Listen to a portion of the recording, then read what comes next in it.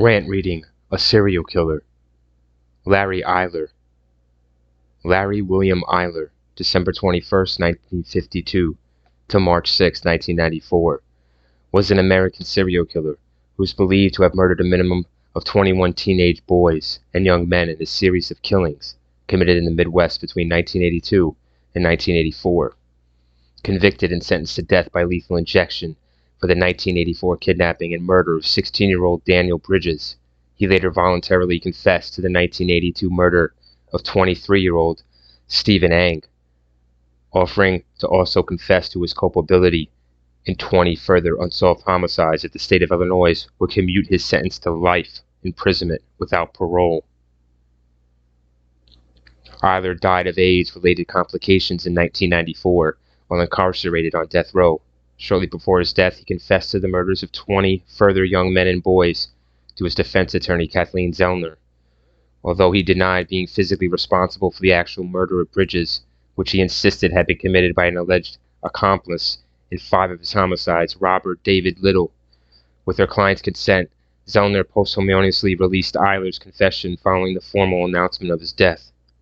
Eyler was known as the Interstate Killer and the Highway Killer, due to the fact that many of his confirmed and alleged victims were discovered across several Midwestern states in locations close to or accessible via the interstate highway system. Early life. Larry Eyler was born on December 21st, 1952 in Crawfordsville, Indiana, the youngest of 4 children born to George Howard Eyler and Shirley Phyllis Kennedy. His father was an alcoholic who was known to have physically and emotionally abused his wife and children. Eyler's parents divorced in mid-1955, and he and his sister were regularly placed in care of babysitters, foster families, or simply left in the care of their 2 older siblings, the oldest of whom was age 10. As their mother struggled to financially support and provide adequate care for 4 children, working 2 jobs as a waitress and in a factory on weekdays, and occasionally in a bar at weekends.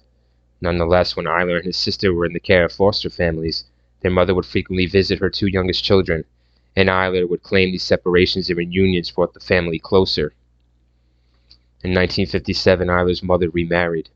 This marriage lasted 1 year before the couple divorced.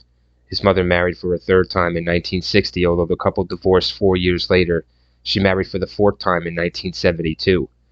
Eyler's father and his first 2 stepfathers drank heavily, and he and his siblings were subjected to frequent abuse, with one of his stepfathers frequently holding Eyler's head beneath scalding water as a form of discipline. Eyler attended St. Joseph's School in Lebanon, Indiana. Although tall for his age and active in sporting activities, he was regularly targeted by bullies due to his being from a poor family, and his parents' divorce frequently leading to his sister Teresa confronting her brother's tormentors. Eyler was viewed by teachers as quiet yet likable pupil with few friends. Due to his increasing stubbornness and erratic behavior, Eyler's mother placed him in a home for unruly boys in 1963. He found this experience emotionally devastating, and within weeks had tearfully persuaded his mother to allow him to return home. Shortly thereafter, Eyler underwent psychological tests which revealed him to be of an average intelligence, although suffering from severe insecurity and holding an extreme fear of separation and abandonment. Deducing these fears sourced from his home life, staff recommended Eyler be temporarily placed in Catholic Boys' Home in Fort Wayne. He remained in this residence for 6 months before he returned to the care of his mother. Adolescence and early adulthood. When he reached puberty, Eyler discovered he was homosexual. He was open about his sexuality only to his family, although he struggled with deep-seated feelings of self-hatred regarding his sexual orientation. Throughout high school, he occasionally dated girls, although none of these relationships became physical. Having been somewhat religious in childhood, Eyler did confide in a close classmate acquaintances how he struggled to accept his sexuality. In part, due to his lackadaisical attitude towards schooling, Eyler failed to graduate from school, although he did later obtain a general education development certification. Shortly after leaving college, Eyler obtained employment as a private security guard in the Marion County General Hospital. He worked in this employment for 6 months before losing this position and finding alternate work within a shoe store. While in this employment, Eyler began to familiarize himself with Indianapolis's gay community, frequently gay bars and frequently engaging in casual liaisons with men. Several of these individuals noted Eyler averted his eyes from his partner during intercourse while shouting profanities such as bitch and whore, leading many to believe Eyler was fast fantasizing his partner was female. Paraphilia. By the mid-1970s, Eyler was well known within the gay community of Indianapolis, particularly among those with a leather fetish. Several acquaintances within this community described him as good-looking, laid-back, an avid bodybuilder who was close to his mother and sister, although others who had engaged in sexual activity with him described him as an individual with sadistic streak and violent temper, which would only surface within their sexual encounters, often involving either extensively bludgeoning and inflicting light knife wounds upon unwilling partners, particularly to their torsos. Eyler primarily worked as a house painter, and although never having served in the military, he was fond of wearing Marine Corps t-shirts. He resided in a condominium in Terre Haute with a 38-year-old library science professor named Robert David Little, whom he had first met in 1974 while studying at the Indiana State University. The relationship between the two men was a platonic one, with Eyler viewing Little as something of a father figure. Eyler and Little regularly socialized with the Indianapolis gay community, although Little, as socially awkward, sectarian, and unattractive individual, typically struggled to form friendships or obtain sexual partners during these excursions, resulting in Eyler frequently bringing young men to Little's home to engage in sex with the two. First attempted murder. On August 3rd, 1978, Eyler picked up a 19-year-old hitchhiker named Craig Long on 7th Street in Terre Haute. Shortly after Long entered the pickup truck, Eyler propositioned the youth, resulting in Long attempting to leave the vehicle. In response, Eyler pressed a knife against the youth's chest as Long stated, "I don't have any money." Eyler then drove towards a rural field, stating, "It's not your money I want. I'm not after your money." He then ordered Long to undress before he handcuffed the youth, bound his ankles, then ordered him to climb into the back of the pickup. When Long attempted to flee from the pickup as Eyler undressed, Eyler chased after him as Long shouted, "You queer." In response, Eyler stabbed the youth once in the chest, penetrating his lung. Long slumped to the ground, feigning death. He later stumbled to a nearby house where the occupants summoned paramedics. Shortly thereafter, Eyler drove to the house as Long received first aid and offered the handcuff key to a sheriff's deputy, claiming he had stabbed the young man accidentally. He was arrested and taken into custody. A search of his vehicle recovered a hunting knife, a metal-tipped whip, a butcher knife, a further set of handcuffs, tear gas, and a sword. Eyler was later charged with aggravated battery, to which he agreed to plead guilty. A judge set his bond at $10,000, a sum of which was raised by friends. He was released on bail until August 23rd. On this date, Eyler's lawyers offered Long a check from Little for $2,500 in return for his agreeing not to press charges. Long accepted the offer, and Eyler changed his plea to not guilty. As such, he was acquitted on November 13th, being fined $43 in court costs. Long-term relationship. In August 1981, Eyler formed a long-term relationship with a 23-year-old married man named John Dobravax. Dobravax lived with his wife, 2 children, and 3 foster children on North Greenview Avenue in Chicago, Illinois. His wife, Sally, was tolerant of her husband's sexual orientation and of the fact that her husband's lover often lodged with them on weekdays, paying a third of the rent. Both Eyler and Dobrovskis held a penchant for sadomasochism, and their sexual activity frequently involved Eyler binding his partner to devices before proceeding to beat and lash him as he hurled curses at Dobrovskis before the two engaged in penetrative sex. Although neither Eyler nor Dobrovskis was inclined toward monogamy, the couple considered their relationship a permanent one. Nonetheless, Eyler constantly sought assurance he was the only man in his lover's life, and the two are known to have frequently argued over Eyler's accusations of his lover's infidelity. These arguments would occasionally lead to Dobrovskis striking Eyler, who never retaliated in these physical altercations. Occasionally, the couple's arguments would be initiated by the perceptions and recriminations of Robert Little, who made no secret of his intent dislike of Dobrovskis to Eyler and resented the fact he was in a long-term relationship. Although Eyler primarily and intermediately worked as a house painter in Illinois on weekdays, he also worked as a liquor store clerk in Greencastle, Indiana on Saturdays. As such, he regularly traveled between the two states, living rent-free at Little's Terre Haute residence at weekdays. Murders. Between 1982 and 1984, Eyler is known to have committed a minimum of 21 murders and one attempted murder. All his murders involved the restraining of his victim, and several victims were subjected to varying degrees of sadomasochism before being stabbed and/or slashed to death, with the majority of the wounds being inflicted to the victim's chest and abdomen. His victims were typically plied with alcohol and sedatives such as ethicval before they were restrained and murdered. Several victims were disemboweled after death, and Eyler is known to have dismembered the bodies of 4 of his victims.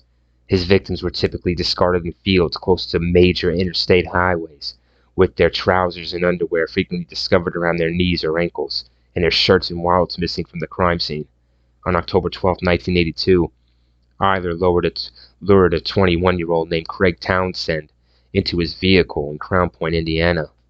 Although drugged, extensively beaten, and later abandoned naked and comatose in a rural field, causing Townsend to also suffer from exposure, the young man survived this assault. 11 days later, on October 23rd, Eyler abducted and murdered a 19-year-old named Stephen Crockett. His body was discovered in a cornfield in Kankakee County approximately 12 hours after his murder. An autopsy revealed Crockett had been beaten and stabbed to death, suffering 32 knife wounds, including 4 to his head. 1 week later, on October 30th, a 26-year-old named Edgar Underkoffer disappeared from Rant, Illinois. His body was not discovered until March 4th, 1983, in a field close to Danville, Illinois. Sometime the following month, Eyler murdered a 25-year-old barman named John Johnson. His body was discovered 1 month later in Lowell, Indiana. On November 20th, Eyler abducted a 19-year-old hitchhiker named William Lewis at a location close to Venice, Indiana. He was stabbed to death and buried in a field close to Rensselaer, Indiana. On December 19th, a 23-year-old named Stephen Ang was abducted in Terre Haute. His body was discovered in woodland close to Indiana State Road 63. On December 28th, an examination of the outbuilding of an abandoned farm close to the crime scene revealed several traces of human flesh upon the walls in areas where plaster had been damaged, leading investigators to speculate Ang had been suspended against the walls of his property as his murderer had inflicted the injuries to his body. Noting the extensive mutilation upon Ang's abdomen, chest, and throat, the coroner who performed this autopsy, Dr. John Pless, referenced the tremendous rage Ang's killer had exhibited upon his victim in his autopsy report, adding a likelihood of there being more than one perpetrator in this murder. Immediately after concluding Ang's autopsy, Pless conducted the autopsy upon a 21-year-old named John Roach, whose body had been found close to Interstate 70 in Putnam County that day. Pless noted striking similarities in the injuries inflicted upon Roach and Ang, again noting multiple stab wounds to the victim's abdomen, upper chest, and throat, suggesting an overt rage exhibited by the perpetrator. On December 30th, a 22-year-old Yale University graduate named David Block disappeared from the Illinois suburb of Highland Park, having told his family of his intentions to visit a friend in the nearby city of Highwood. His body was discovered by a farmer in a field south of Illinois' Route 173 on May 7, 1983.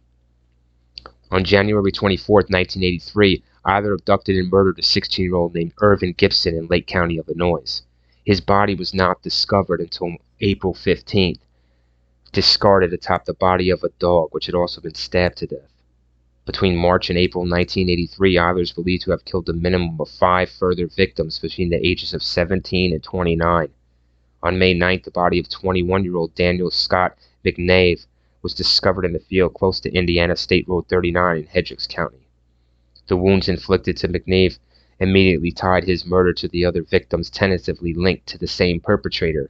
He had suffered 11 knife wounds to his neck, 5 to his back, and 11 to his abdomen, with one wound causing sections of his small intestines to protrude through his abdomen. Further welt marks were discovered on McNeve's wrists and ankles, and his jeans had been pulled down to his ankles. As with other victims, McNeve's body bore no signs of him being subjected to a sexual assault.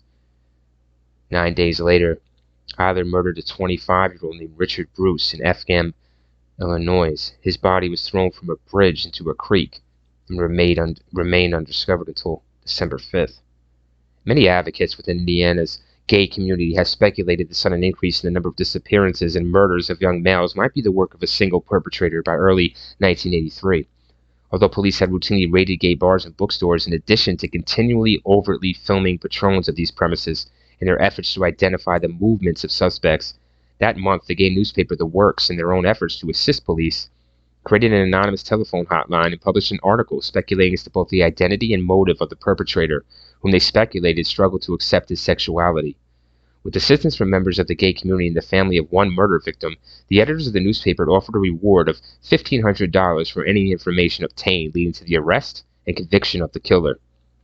By the early spring of 1983, police in Indiana had tentatively linked several murders of young males committed in the state to the same perpetrator. 6 days after the discovery of McNeve's body, the Indiana State Police conducted a meeting attended by 35 detectives from each of the 4 jurisdictions where bodies of young males bearing wounds suggesting the same perpetrator had been discovered. The conclusion of this meeting was that the same individual had murdered each jurisdiction, and that all involved in the investigation should form a unified task force dedicated to the apprehension of the suspect. The 4 separate murder investigations with Indiana were aligned into one, with investigators agreeing that this task force would comprise 2 detectives from the state police, 2 from the Indiana police, and 2 from each county involved in the manhunt. This task force, named the Central Indiana Multi-Agency Investigation Team, was commanded by Lieutenant Jerry Campbell of the Indianapolis Police. All information obtained was entered into a computerized database linked to the statewide police system coordinated task force. On the first day of the Central Indiana Multi-Agency Investigation Team's existence, the task force contacted the FBI's National Crime Information Center, describing the method of murder and body disposal of the offender. They were seeking and requesting police forces who had discovered young male murder victims whose wounds matched this pattern to contact them. Shortly thereafter, investigators in Kentucky contacted the task force, reporting that a 29-year-old Lexington resident named Jay Reynolds had been discovered stabbed to death in Madison County on March 22nd, and that his body had likely been transported to the site of its discovery. Days later, investigators in Chicago reported that the body of an 18-year-old African-American teenager named Jimmy Roberts had been found with 35 stab wounds to his body in Thorn Creek on May 9th. Both victims were linked to the manhunt for the same perpetrator, whom his task force termed the highway murderer.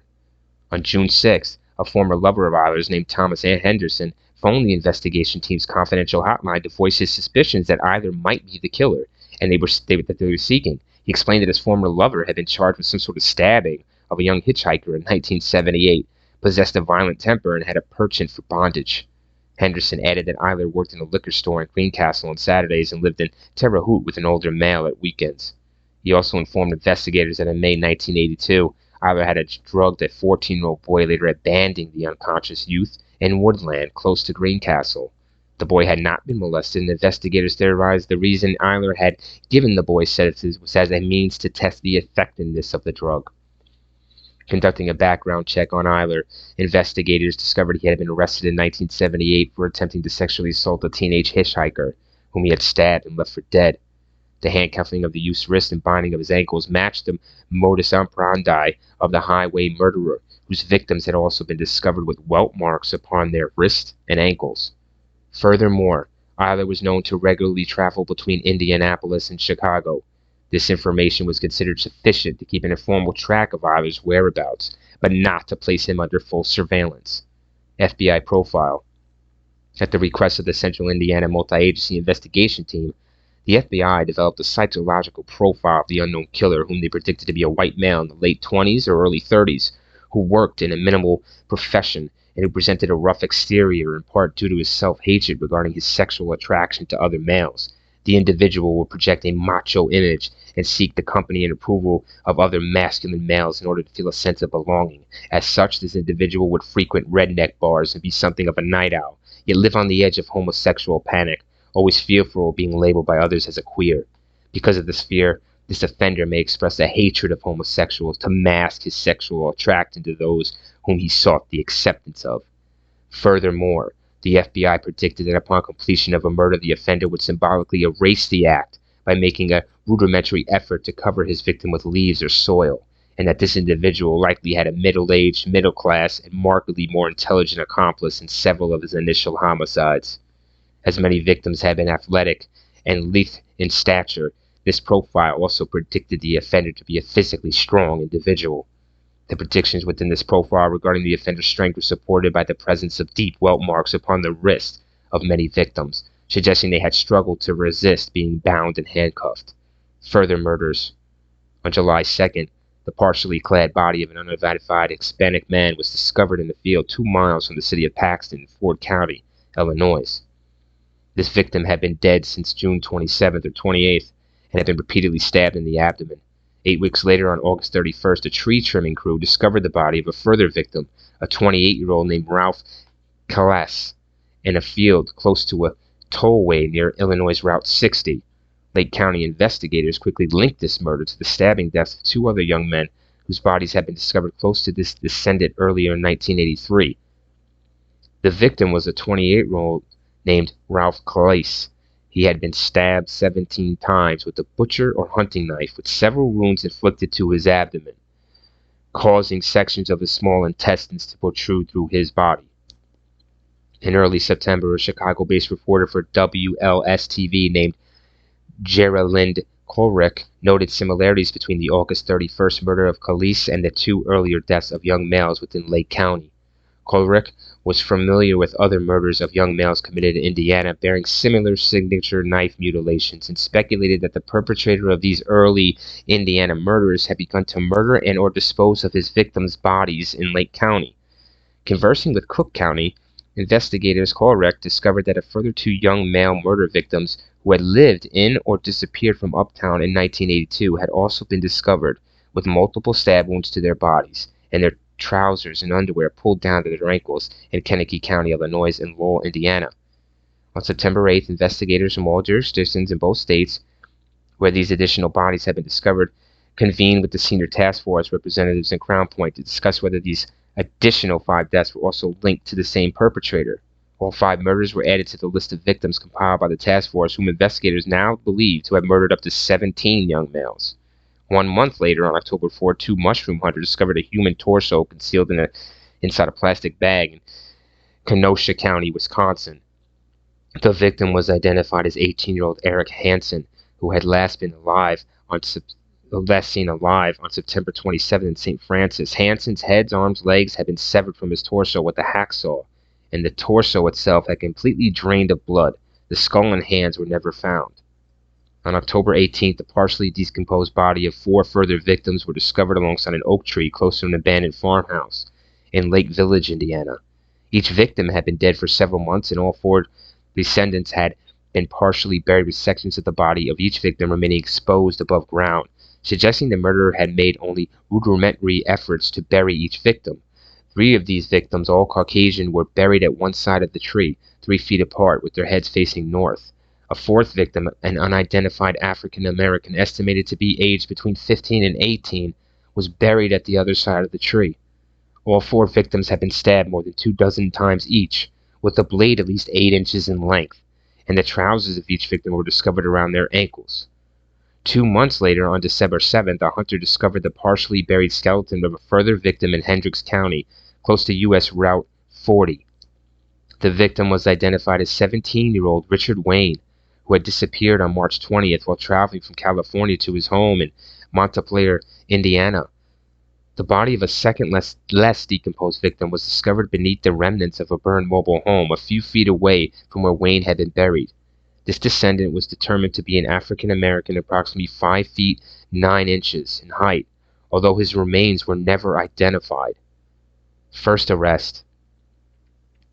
On September 30th, Eyler was arrested in Lowell, Indiana for a routine traffic violation. He had been in the company of a young hitchhiker at the time of his apprehension, and both men were arrested and detained for questioning at Lowell State Police Post, with Eyler initially being detained upon charges of soliciting a young male for sexual purposes. After a sergeant named William Corinth, without Eyler's consent, and before informing him he was under arrest, had searched his Ford F-Series pickup at the roadside and discovered 2 sections of nylon rope. His vehicle was impounded. Shortly after 1:30 p.m., 2 investigators from the Central Indiana Multi-Agency Investigation Team conducted a formal interview with Eyler, whom they informed had become a suspect in the series of murders due to an anonymous phone call received from a former acquaintance of his. Although willing to discuss any further aspect of his life and their suspicions of his having committed murder, Eyler refused to discuss his sexuality. Questioned about the murders of John Roach and Daniel McNeve, Eyler claimed to have read press coverage of both murders in the Indianapolis Star, but he denied ever committing murder. He consented to the investigators' request to conduct a forensic examination of his vehicle and also agreed to allow investigators to take his mugshot, copies of his fingerprints, and subject to polygraph test at a later date. Evidence retrieval. A search of Eyler's vehicle recovered a knife, 2 sections of nylon rope, handcuffs, a hammer, 2 baseball bats, a mallet, and surgical tape. An inspection of Eyler's footwear and vehicle revealed the impressions of his boots to be a precise match to plaster cast taken of imprints discovered alongside the body of Ralph Calise. The pattern of his vehicle's tire tracks was also deemed similar. Moreover, blood was discovered beneath the handle of the knife found inside his vehicle, and he was known to have regularly commuted between 3 districts in Indiana and Illinois, where several victims' bodies had been discovered: Greencastle, Terre Haute, and Chicago.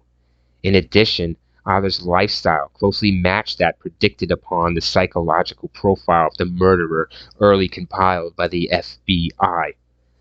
Upon completion of the forensic examination of Eyler's pickup, Indiana investigators informed Eyler he was free to leave custody and retain possession of his vehicle. Due to concerns regarding Eyler's knowledge that he was now a murder suspect might lead to his disposing of any potential evidence, in the early hours of October 1st, investigators from the Central Indiana Multi-Agency Investigation Team obtained a search warrant authorizing their search of the Terre Haute home of Robert Little. This search was conducted at dawn on October 2nd and revealed further circumstantial evidence, such as credit card receipts indicating Eyler's presence in jurisdictions within both Illinois and Indiana on dates identified victims linked to the highway murderer had been killed. An examination of phone bills retrieved from the property revealed Eyler had regularly placed collect calls to Little's home at odd hours, shortly after identified victims were believed to have been murdered.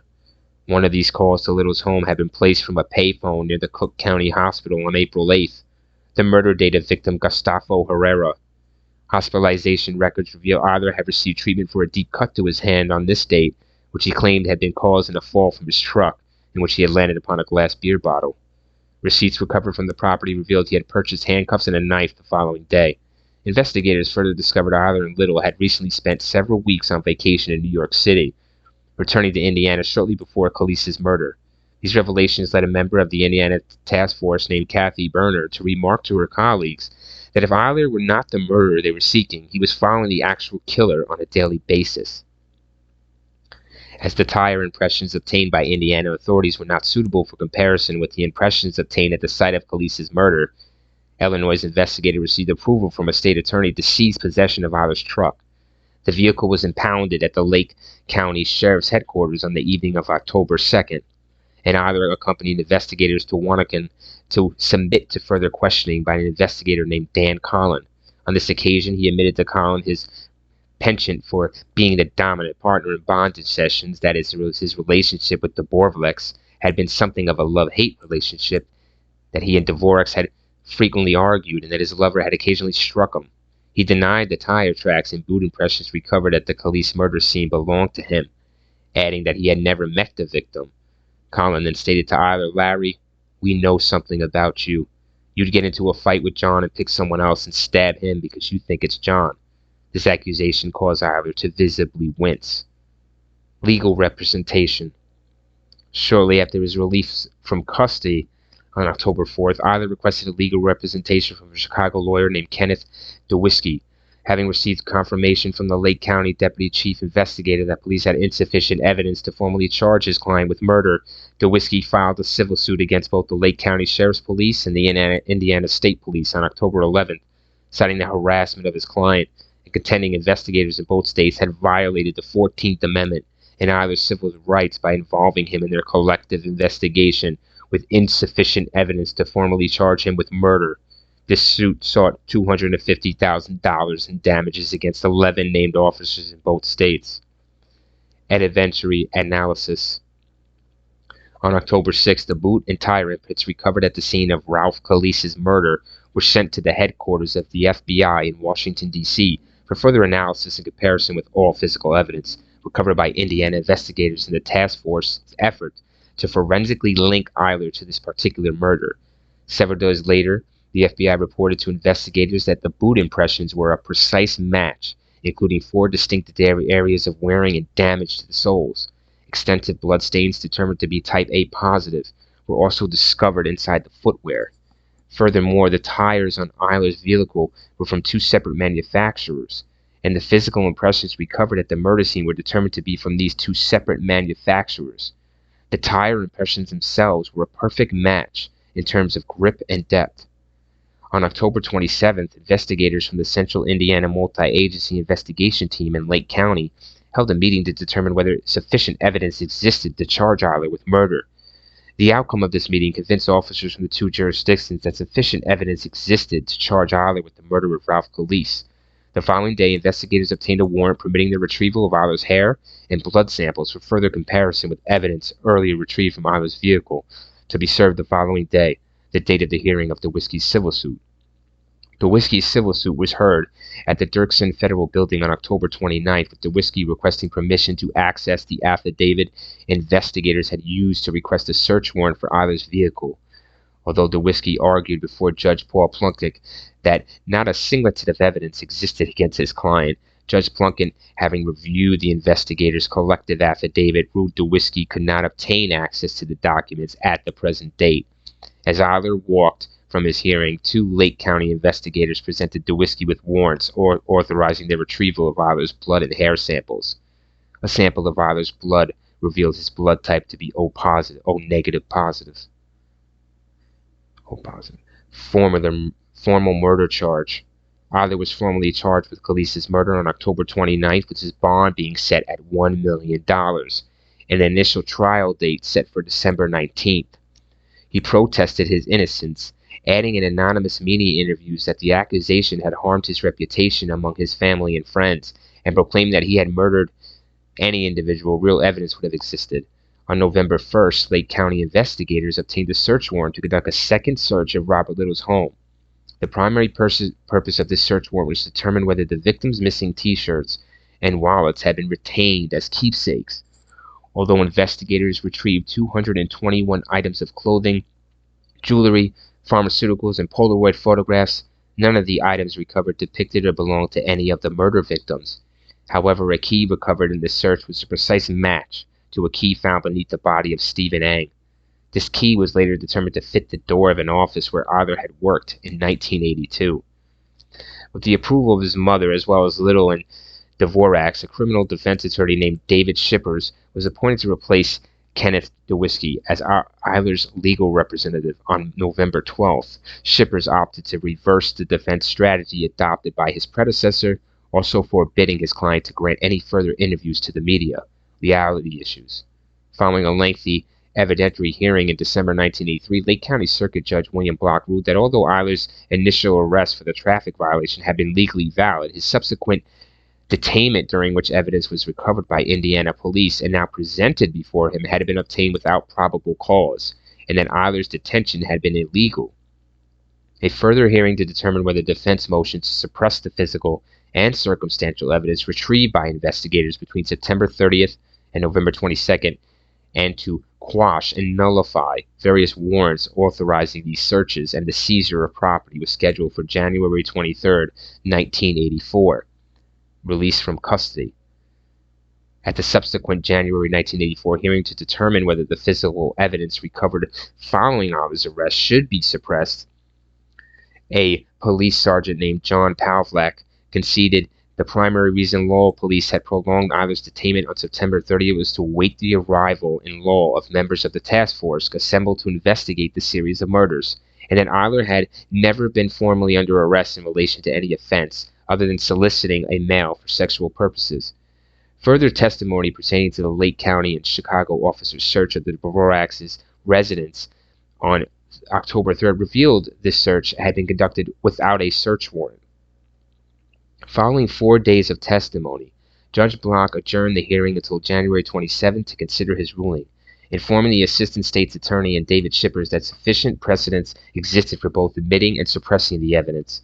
On February 1st, Judge Block ruled that although Eyler had signed a Miranda waiver upon being detained, He had been taken into custody for interrogation upon charges unrelated to the crime of murder, and was only later detained on charges of soliciting. Citing the exclusionary rule as the basis for this decision, Judge Block ruled the physical evidence recovered by Illinois investigators in their comparison of his boot prints and tire tracks to the plaster cast recovered at the police crime scene had been tainted, as the search had been prompted by Eyler's initial illegal detainment by Indiana investigators in violation of his constitutional rights. Furthermore, although Illinois investigators had obtained possession of Eyler's boots from their Indiana counterparts through a subpoena, the boots had never been formally seized by Indiana authorities. Block further ruled the facts detailed in the police affidavit to search Robert Little's home was insufficient to obtain a search warrant. With the exception of the tire impressions, hair, and blood samples obtained from Eyler, Block ordered all evidence obtained to be suppressed. Block also reduced Eyler's bond sum to $10,000 on this date. As a result of this ruling, Eyler was freed from custody on February 6, 1984, his family and Robert Little having paid the reduced bond fee. Terms imposed upon Eyler's bond stipulated he was unable to leave Illinois. In attempts to appeal this ruling, prosecutors submitted several legal challenges, including an appeal against the suppression of this evidence to the Supreme Court of the United States. These appeals were unsuccessful. 4 weeks after his release from custody, Eyler permanently relocated to Chicago. He resided in an apartment complex in Rogers Park, with Robert Little purchasing the furniture within the property, paying the weekly rent, and purchasing a new set of tires for his pickup. At this lawyer's request, Eyler refused to provide John Dvorak with his new address, although his lover soon discovered where Eyler lived. Murder of Daniel Bridges. At approximately 10:30 p.m. on August 19, 1984, Eyler lured a 16-year-old uptown youth named Daniel Bridges to his apartment. The youngest of 13 children, Bridges was a neglected child, an habitual runaway who, although heterosexual, had been a male prostitute since the age of 12. Bridges had been a close acquaintance of victim Irvin Gibson and is known to have been wary of Eyler, whom he had described to an NBC reporter commissioned to film a documentary focused on child exploitation in America 2 months before his murder as a real freak who was well known to the male prostitutes of Uptown. Inside Eyler's apartment, the youth was bound to a chair with clothesline before he was beaten, tortured, and stabbed to death. Eyler then dismembered Bridges' body in his bathroom. His body was cut into 8 pieces, each of which was completely drained of the blood before being placed inside 6 separate plastic bags. The dismembered body of Daniel Bridges was discovered by a janitor named Joseph Bala on the morning of August 21, 1984. His remains had been placed inside a garbage dumpster close to Eyler's apartment and within a unit not intended for usage by tenants within Eyler's apartment complex. Believing the bags to have been illegally dumped, Bala chose to remove the bags from the garbage receptacle to inspect the contents. Removing the first bag from the disposal unit caused the bag to split open and reveal the contents to be a severed human leg. Second arrest. Reporting his discovery to police, Bala stated that other janitors had also observed a tenant named Larry Eyler placing the bags in the dumpster the previous afternoon. Recognizing Eyler's name, a police captain named Francis Nolan informed the 4 other officers present to detain anyone occupying apartment 106. I don't care who it is. Within minutes, Eyler was arrested within his apartment. Dvorak was also taken into custody, although he was soon released without charge. A forensic examination of Eyler's apartment conducted on August 21st and 22nd revealed copious quantities of blood had recently been cleaned from his bedroom, which had recently been repainted, although extensive traces of blood spattering was located across the floor, walls, and ceiling. Numerous traces of blood later determined to belong to Daniel Bridges were also discovered upon a mattress, the seat of a chair, a leather belt, a sofa within this room, and beneath the floorboards of the doorway to the bathroom. Inside Eyler's closet, investigators discovered the descendant's jeans saturated with rivulets of bloodstains. Bridges' distinctive Duke University t-shirt, also extensively bloodstained, was discovered in a hamper along with a leather vest belonging to Eyler that had recently been washed. Moreover, investigators discovered a hacksaw in the property. Blades for this tool, plus an awl, were also discovered from a drawer within the utility room. Receipts recovered from the property revealed Eyler had recently purchased several hacksaw blades. The forensic examination of the bags used to conceal Bridges' remains revealed several fingerprints determined to belong to Eyler. These fingerprints were discovered on both the internal and external surfaces of the bags. On August 24th, investigators conducted a luminol test inside Eyler's now empty apartment. This test revealed extensive traces of blood in the bedroom. Further markings across the floors indicated Bridges' body had been dragged from the bedroom into the bathtub, where the teenager's body had evidently been dismembered. Second murder charge. On August 22nd, Eyler was formally charged with Bridges' murder. He denied any knowledge of the crime, insisting his fingerprints must have been inadvertently placed upon the bags containing Bridges' body as he had moved them aside as he placed his other garbage bags within the dumpster. The same day, Cook County Medical Examiner Dr. Robert Stein conducted the autopsy upon Bridges' body. The autopsy determined death had been caused due to multiple wounds inflicted via a knife and an awl-like instrument. No facial fractures were evident, although the teenager had evidently been beaten around the right eye, also suffering numerous shallow cuts to his face before his death. 14 wounds lightly inflicted with an ice pick or an awl were also evident upon and around Bridges' sternum. These wounds had also been inflicted prior to death. Moreover, five knife wounds to the abdomen were markedly deep and had caused sections of Bridges' intestines to protrude through the wounds. 3 additional knife wounds to the teenager's back had been inflicted with such force the heart and left lung had been perforated. In order to legally seek the death penalty, the prosecutors at Eyler's upcoming trial, Mark Raxey and Rick Stock, opted to charge Eyler with the felonies of aggravated kidnapping, unlawful restraint, and concealment of Bridges' body in addition to the charge of murder. Trial. Eyler was brought to trial for the aggravated kidnapping, unlawful restraint, murder, and concealment of the body of Daniel Bridges on July 1st, 1986. He was tried in Cook County, Illinois before Judge Joseph Russo and chose to enter a formal plea of not guilty to the charges against him. As Eyler was financially insolvent, he was defended by 2 public defenders named Claire Hillard and Tom Allen, with David Shippers also informing Judge Russo of his intention to offer his legal services pro bono. Eyler's attorneys instructed their client not to testify on his own behalf. In his opening statement to the jury on this date, Raxey outlined the physical and circumstantial evidence to be presented against the defendant, stating how close Eyler had been to eluding justice in this murder, and Janitor Bala not suspected Eyler of simply illegal dumping trash. Bridges' body would be buried in some landfill. Raxey also referenced a remark Eyler had made to a janitor who had asked him what he was disposing into the garbage receptacle, as he had placed the bags into the disposal unit, just getting rid of some shit from my apartment. David Shippers delivered the opening statement on behalf of the defense, arguing the sole evidence proving Eyler's involvement in the murder was that he handled the bags containing Bridges' body, with eyewitnesses also having observed him disposing of the bags in the garbage receptacle, but that no witness could prove he had actually murdered the victim. Shippers arrested the 2 other men had alternately been within Eyler's apartment between August 19th and 21st, and one of whom had spent a great deal of time there. Furthermore, in relation to the charge of aggravated kidnapping, Shippers stated no evidence existed attesting to Bridges having entered Eyler's apartment involuntarily, adding that there was no evidence he had even been inside Eyler's pickup truck, as a detailed forensic examination of the vehicle had yielded no fibers or fingerprints of the descendant. Witness testimony. The first prosecution witness to testify against Eyler was Robert Little, who testified to having been in Eyler's company between 17 and 19 of August, although he claimed to have returned to Terre Haute at approximately 10:15 p.m. on the evening of Bridges' murder. Dr. Robert Stein testified on behalf of the prosecution on July 2nd.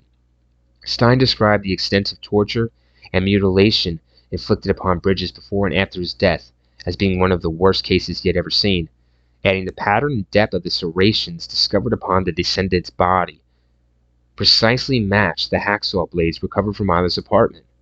Upon a cross-examination, Stein admitted to Tom Allen he had discovered traces of alcohol and cocaine in the victim's blood, suggesting a possibility he had not been kidnapped and had willingly entered Eyler's apartment. On July 4th, a janitor named Al Burdicki testified to having witnessed Eyler make between 8 and 12 trips to his communal storage locker on August 20th, with Eyler explaining to him he was getting tools for a job. Several hours later, Burdicki also had witnessed Eyler making 3 separate trips to the garbage receptacle. On July 7th, John Dobrovaxis testified on behalf of the prosecution, stating he had telephoned Eyler on 3 occasions between 8:45 p.m. and 11:25 p.m. on the date of Bridges' disappearance, and again at 2:45 a.m. on August 20th, only to be informed not to visit his apartment, as Eyler was still in the company of Robert Little. Dvorak stated that this had been extremely unusual, as Little had typically returned to Terre Haute early on Sundays. Dvorak further testified that in his final phone call, he had informed Eyler of his intentions to be at his apartment in 15 minutes, only for Eyler to state, "No, don't do that." Eyler had then agreed to travel immediately to Dvorak's home, and upon his arrival, Dvorak noted he had evidently recently bathed or showered. He was disinterested in engaging in sex, at which point Dvorak believed Eyler had been with another man. Little later confirmed sections of Dvorak's testimony, although he insisted he had left Eyler's apartment approximately 15 minutes before Bridges is known to have last been seen alive. To support his assertion that he had left Eyler's apartment late on August 19th, Little's attorney introduced into evidence a tax receipt proving Little had paid property taxes on his Terre Haute condominium at noon on August 20th. When questioned as to why he had paid the bill on this date, despite the fact this tax bill was not due until October, Little claimed he had opted to do so as he had the sufficient finances and had simply decided to pay off some bills. In efforts by the defense to cast a reasonable doubt in the minds of the jury as to who had committed Bridges' murder, Shipper succeeded in getting Dvorak to concede that the reason Eyler had been disinterested in sex may have been that he engaged in sexual activity with a consenting lover at his apartment, and that this could have been the reason Eyler had actively dissuaded him from visiting his apartment on August 19th and the 20th. Shippers also referenced the convenience in Little traveling from Rogers Park to Terre Haute to pay a tax bill not due for another 2 months on the morning after Bridges' murder, also adding that it was odd he had chosen to pay the bill in person when he habitually paid his bills by mail. Shipper suggested the reason Little had paid this bill in person was an effort to construct an alibi. Supporting the prosecution's contention, Eyler had lured Bridges to his home not to engage in sexual relations, but simply to torture and murder the youth. A forensic technician named Marion Caparasso testified on July 8th that no semen was found upon or within the victim's body. Upon cross-examination, Caparasso conceded some bloodstains found upon fingernails retrieved from an ashtray in Eyler's apartment did not belong to either Eyler or the descendant, that no other individual known to have been present in Eyler's apartment between August 19th and the 21st had sample of his blood taken for comparison with these bloodstains. Closing arguments. Both prosecution and defense attorneys delivered their closing arguments for the jury on July 9th. Deputy Prosecutor Rick Stock delivered the state's closing argument on behalf of the prosecution, outlining the injuries Bridges had received before his death, referencing the premeditated nature of the murder and Eyler's efforts to conceal all evidence of the crime. Following Stock's closing argument, David Shipper began his own presentation before the jury, promising to talk sense regarding the case and the felony charges against his clients before stating, "Where's the evidence Danny Bridges was kidnapped by anyone?" Referencing the welt marks upon the descendant's wrists and ankles, Shipper speculated that as Eyler held a penchant for bondage, Bridges may have willingly submitted to this act. Speculating Eyler may not have been the actual murderer, Shippers hearkened to Dvorak's testimony regarding Robert Little being at Eyler's apartment as late as 2:45 a.m. on August 20th, and the convenience in his choosing to pay a tax bill not due for 2 months later that day in possible effort to build himself an alibi. Shippers then referenced the state's acceptance of Little's version of events and a lack of any investigation into his potential culpability, adding, "What if Little says it? It must be true."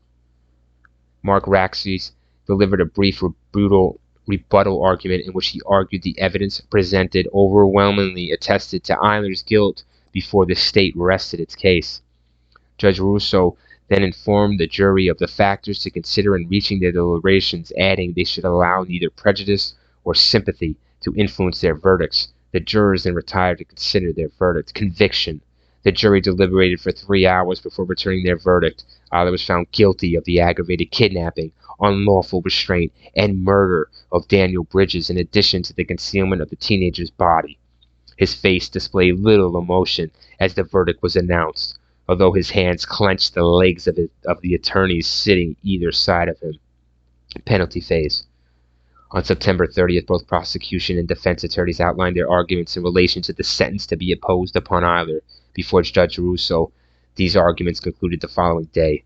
Prosecutor Richard Stock introduced 4 individuals who each testified instances in which they had been assaulted and in one case left for dead by Eyler between 1978 and 1981, outlining the similarities in Eyler's restraining or immobilizing these individuals to the restraint and torture Bridges has endured before he was finally put out of his misery.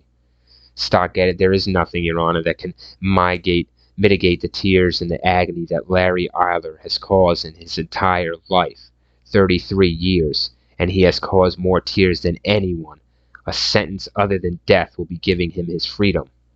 On October 1st, David Shippers introduced 4 character witnesses, Eyler's mother, his stepfather, his sister, and a Catholic chaplain, to testify to the kindness and decency they had observed in Eyler's character, with Eyler's mother, Shirley DeCoff, referencing her son's emotional, difficult childhood, and her frequently marrying, divorcing, a succession of abusive husbands, as she constantly sought stability for her children. Both Eyler's mother and sister wept as they pled with Judge Russo to spare Eyler's life. Shippers outlined his belief the death penalty should be inappropriate by stating the evidence presented before the jury asserting his client had committed murder was based upon circumstantial evidence. He also referenced historical cases where witnesses had provided false testimony and cases where juries had incorrectly returned guilty verdicts against innocent defendants. Shipper closed his argument before Judge Russo by emphasizing the existence of mitigating factors regarding Eyler's culpability in the actual act of homicide before requesting his client's sentence be life imprisonment, death penalty. Upon hearing the counsel's closing arguments, Judge Russo announced the return decision at 10 a.m. on October 3rd. On this date, Judge Russo formally sentenced Eyler to death by lethal injection, emphasizing his decision had been difficult for him to reach due to his religious beliefs. Russo explained, "The senseless and barbaric murder of a 16-year-old boy, a killing which is so brutal it defies description, shows me your complete disregard for human life. If there ever was a person or situation for which the death penalty is appropriate, it is you. You're an evil person. You truly deserve to die for your acts. I thereby sentence you to death for the murder of Danny Bridges, committed during the course of his aggravated kidnapping." Following his sentencing, Eyler was transferred to the Pontiac Correctional Center, where he remained incarcerated on death row. Within this facility, Eyler underwent several psychiatric evaluations. These tests concluded Eyler suffered from severe borderline personality disorder, noting Eyler's pathological sensitivity to feelings of abandonment. Experts theorized Eyler had killed in response to real or perceived feelings of rejection from his lover, discharging his rage upon his victims. Furthermore, these experts believe he had also murdered in order to maintain a sense of control. Appeal. In May 1988, Eyler filed a formal appeal against his conviction, contending that although he had dismembered Bridges' body and disposed of his remains, the actual murder itself had been committed by Robert Little in his absence, and his contention had not been refuted by the prosecution at his trial. This appeal further contended Bridges had been driven to Eyler's apartment by Robert Little, whose vehicle had not been subjected to a forensic examination, and that his alibi had never been corroborated. This appeal was heard on May 10, 1989, and later dismissed on October 25th. An initial execution date was set for March 14, 1990.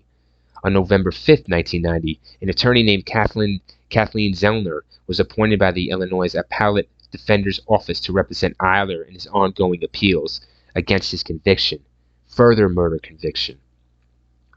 In November 1990, a Vermilion County prosecutor named Larry Thompson obtained the physical evidence retrieved against Eyler in relation to the murder of Ralph Calise, previously ordered suppressed by Judge William Block, with the intention of presenting the evidence before an Indiana grand jury to determine whether sufficient evidence existed to charge Eyler with the December 1982 murder of Stephen Ang.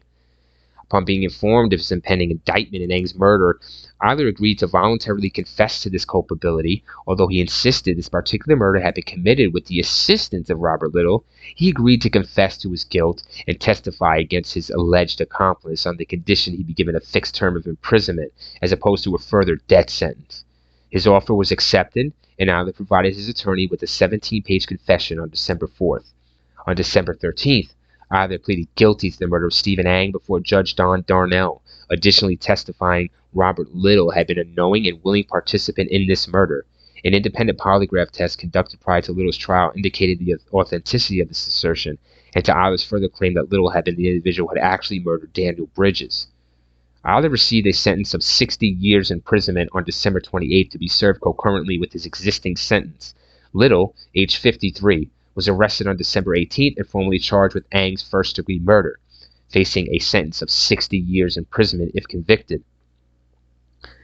The following month, Kathleen Zellner offered a deal on behalf of her client whereby Eyler would confess to his culpability in 20 further homicides committed across 10 counties in Illinois and Indiana if the state of Illinois would commute his death sentence to one of life imprisonment without parole.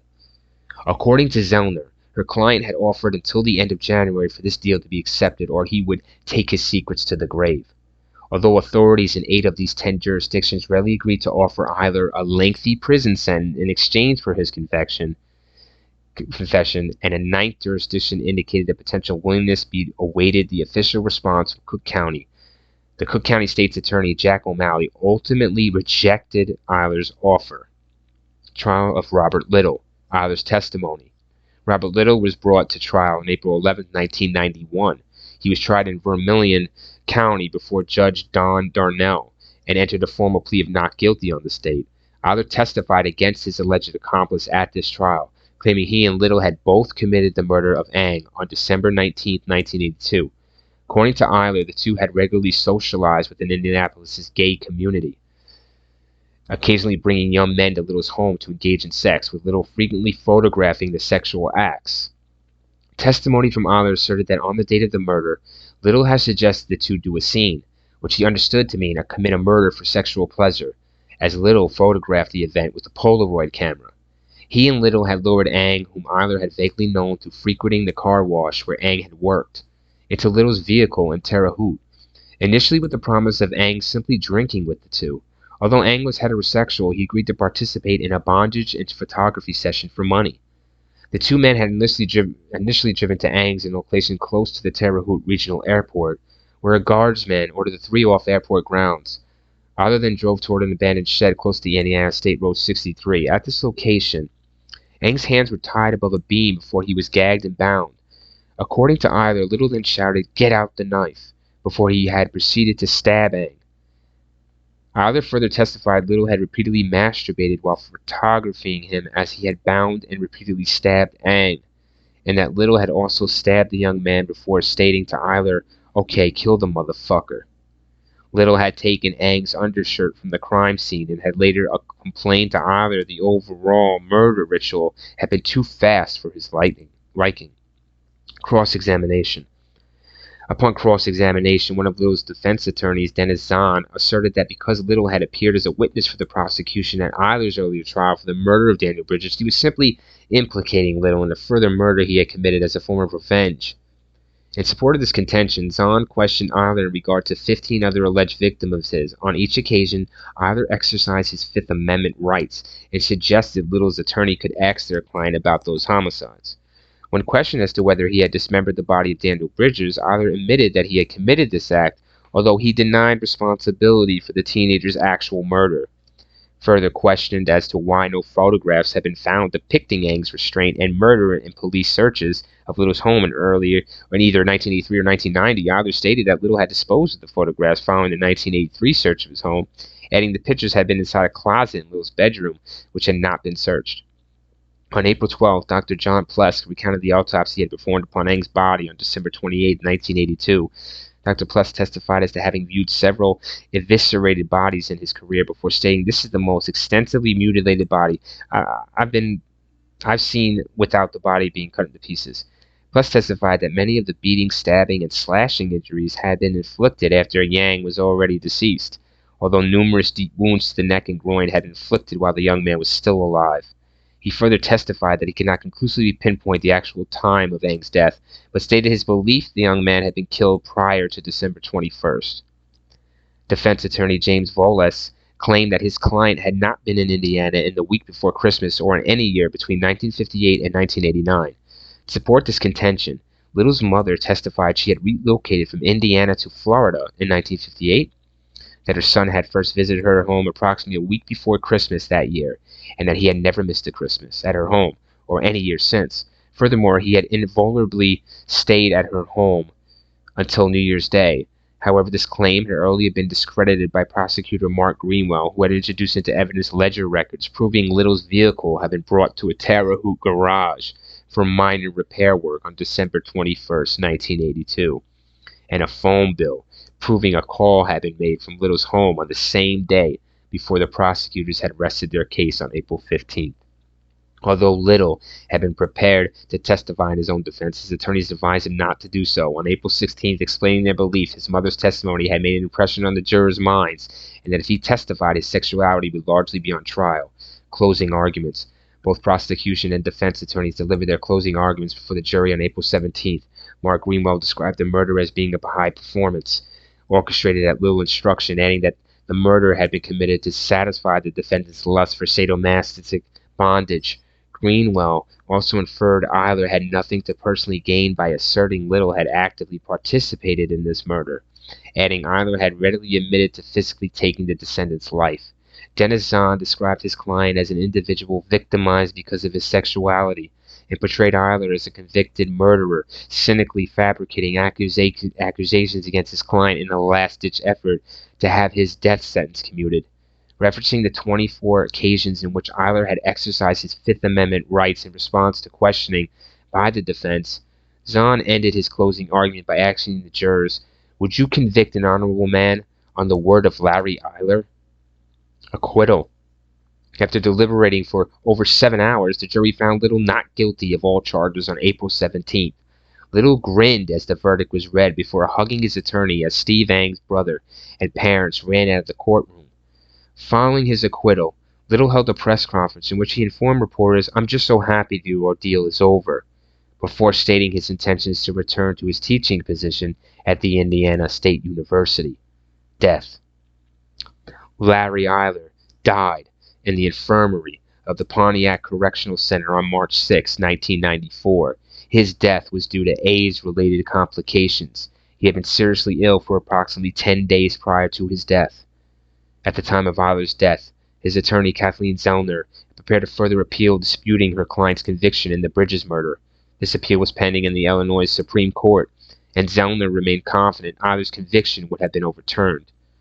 The appeal itself maintained that one of Eyler's defense attorneys, David Shippers, had a conflict of interest as he received a payment of $16,000 from Robert Little to assist in Eyler's defense at his trial for the murder of Daniel Bridges. Although Little had appeared as a witness for the prosecution, Shippers had informed Judge Russo he was offering his legal services free of charge, adding he would inform the court if the circumstances changed. As such, the appeal contended Shippers had been guilty of attorney misconduct and that Eyler's conviction had therefore been unsafe. Zellner maintained her conviction that a conflict of interest of this magnitude would undoubtedly have resulted in Eyler securing a retrial. This appeal further claimed that Little had been the individual who had actually murdered Daniel Bridges. Shortly after her client's death, Zellner confirmed she would proceed with filing the appeal to clarify various outstanding legal issues pertaining to a lack of police investigation into Robert Little as a potential culprit in Bridges' abduction and murder, and regarding documents negating her client's aggravated kidnapping conviction, which had not been made available to Eyler's defense attorneys either prior to or after his trial. Posthumous confession. 2 days after Eyler's death, Kathleen Zellner called a press conference in which she revealed the names and or description of 17 individuals whom her client confessed to having personally murdered, and naming 4 other individuals, Stephen Crockett, Stephen Ang, and an unidentified Caucasian murdered in May 1983, a further unidentified Caucasian male murdered in April 1984, whom Eyler claimed had been murdered with the assistance of Robert Little, who Zellner referred to as a press conference as an unnamed individual still living in Indiana. Zellner emphasized her client's insistence Little had been the individual who had actually murdered Daniel Bridges. According to Zellner, her client had an emotional, insecure individual who had viewed Robert Little as something of a father figure he never had in his life, and this had left the elder vulnerable to manipulation, with Little using him as a means of facilitating his own access to young males for sexual purposes in return for the financial support he provided.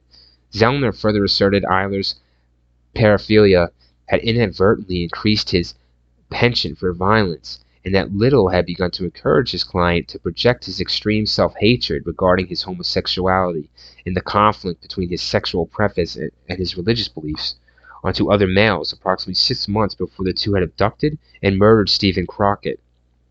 Furthermore, Eyler had been actively encouraged, aided, and abetted in all his subsequent murders by Little, who had known all of his crimes. Emphasizing her belief in Eyler's confessions, Zellner elaborated that her client had been formally diagnosed with AIDS in March 1991, and therefore knew he had testified at Little's trial in the Stephen Ang murder that he was dying. I believe Larry was truthful. Larry had no incentive to lie to anyone. In his posthumous confession, Eyler stated he typically lowered his victims who had been both heterosexual and homosexual with promises of drugs, alcohol, money, or transport, and that immediately prior to stabbing several of his victims, he had pressed the blade of his knife against their abdomen before informing his victim to make peace with God. Furthermore, Eyler claimed he had never engaged in sex with any of his victims. He had freely given his victims T-shirts to Robert Little to use in masturbatory fantasies. Zellner stated Eyler had begun compiling a list of his victims shortly after she had been appointed as his legal representative in November 1990 in an effort to obtain a plea bargain where his sentence would be commuted to one of life imprisonment. With his health in gradual decline, Eyler had authorized his attorney to publicly release his confessions after his death, with his explanation being that the families of the victims would know he had confessed to the murders of their relatives. Victims. Eyler's posthumous confession revealed he had murdered 21 teenage boys and young men between 1982 and 1984, being assisted by his alleged accomplice, Robert Little, in 4 of these murders. He denied any culpability of the physical murder of Daniel Bridges, although he admitted to the dismemberment and disposal of the teenager's body. Investigators strongly believe Eyler is also responsible for 2 further homicides committed in Wisconsin and Kentucky in 1983. In his formal confession, Eyler claimed to have committed his murders in part as a means of relieving internal frustrations frequently triggered by fights with his lover, and to his achieving a sense of relief after the act. His victims were hitchhikers, male prostitutes, or individuals he had generally encountered by abstinence. Each victim would be plied with alcohol and sedatives and driven to a remote area where Eyler would typically wait for an opportune moment to handcuff his victim. He would then overpower, gag, blindfold, and bind his victim's hands and feet before proceeding to bludgeon and lash his victim before murdering him. Of these 20 further victims to which Eyler posthumously confessed, 10 had been committed in Indiana and 10 in Illinois. Furthermore, according to Eyler, the body of one of these victims, an uptown male prostitute known as Cowboy, killed in the Rogers Park apartment in April 1984, had never been found.